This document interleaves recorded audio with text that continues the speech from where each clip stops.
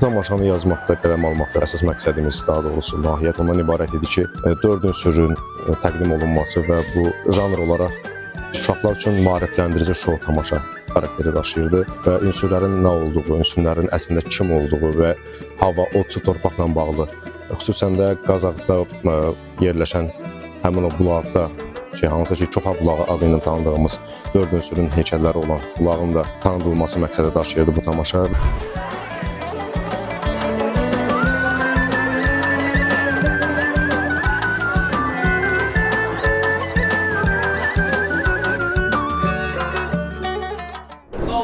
Bahar bayramınız mübarek olsun uşaqlar.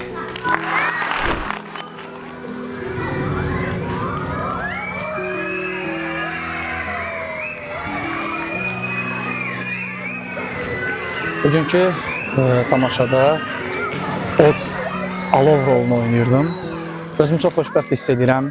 Çünki bizim balaca dostlarımız burada bu gün iştirak elədilər və biz onlara gözəl bir tamaşa göstərdik.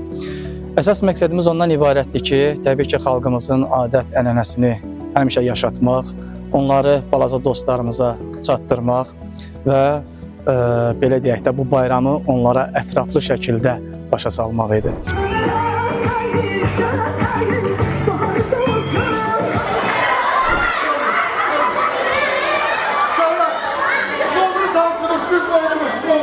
Buraya gəldiyim üçün çox şadam. Çünki çox maraqlı idi. Sehirli bulaq ağacı necə canlandırdısa, biz çox şad olduq. Hər yerə işıq yayıldı. Yaxşı ki də gəlmişəm.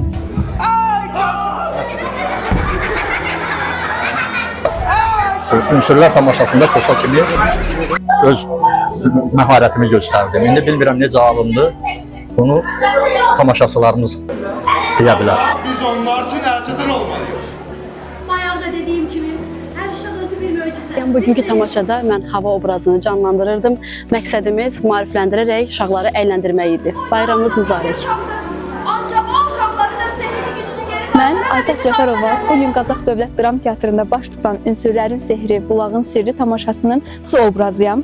Uşaqları səmimi qəlbdən təbrik edirəm. İnşallah gələn il bu vaxt yenə sizlərlə bərabər bir arada əylənərik.